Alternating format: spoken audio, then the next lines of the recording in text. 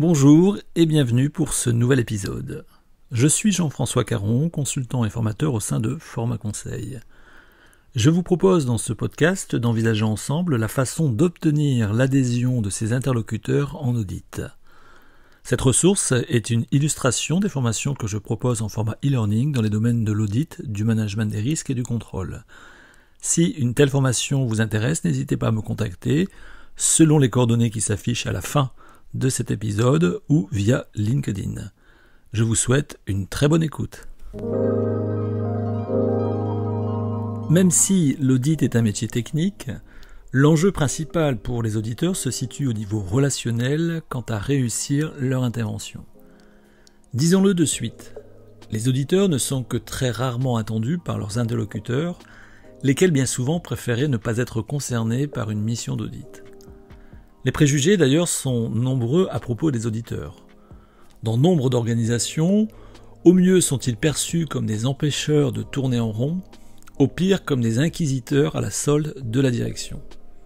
Ou bien encore, l'audit est-il considéré comme une fonction imposée, ne servant à rien, faisant perdre du temps à toutes celles et ceux n'ayant pas le choix que de répondre à leurs questions. Autant dire que l'image de l'audit n'est pas toujours reluisante, loin de là. Ainsi, quant à obtenir pour les auditeurs l'adhésion de leurs interlocuteurs à propos de leur mission, la marche à franchir est souvent bien haute. Cela n'en est pas moins pour eux une nécessité. Principale raison à cet impératif, l'auditeur, tout au long de son intervention, collecte des informations dont la qualité est conditionnée par la coopération des audités. Rappelons que ces informations collectées sont au fondement de l'analyse puis des conclusions d'audit. Autrement dit, sans adhésion des audités, le risque d'audit est d'autant plus élevé. Ensuite, le métier d'auditeur s'inscrit dans une perspective d'amélioration continue de l'existant au sein de l'organisation, perspective qui se transforme bien vite en impasse à défaut de coopération des audités. Comment dès lors obtenir l'adhésion de ces interlocuteurs lorsque les préjugés, les incompréhensions, les inquiétudes vont bon train à propos de l'audit?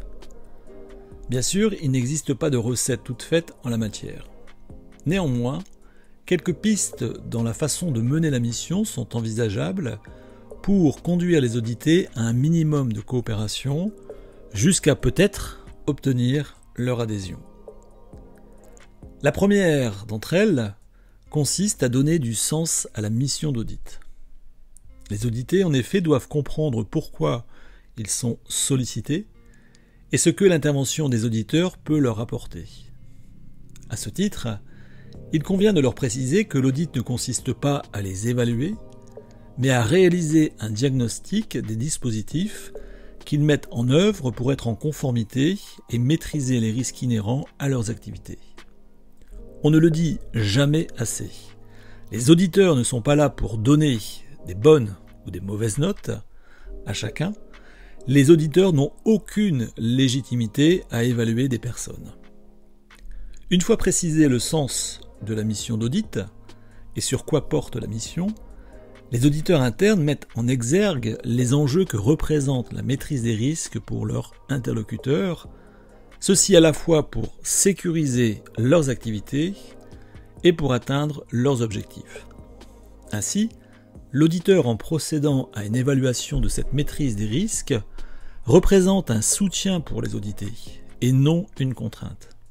À ce titre, l'auditeur réalisant un diagnostic met en évidence ce qui fonctionne déjà et invite à conforter cet existant au lieu de s'en maintenir à émettre des recommandations. En d'autres termes, l'auditeur sert aussi à valoriser les dispositifs existants et performants et ainsi indirectement le professionnalisme de celles et ceux qui les incarnent s'en trouve ainsi relevé. Enfin, un dernier levier d'action pour viser l'adhésion de ses interlocuteurs consiste pour l'auditeur à faire acte de transparence auprès des audités.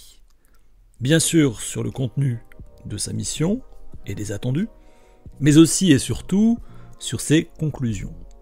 Sur ce point, Il convient de faire régulièrement des points d'étape tout au long de l'intervention de l'audit, afin que les audités comprennent au fur et à mesure les remarques de l'audit et non pas se retrouver devant le fait accompli.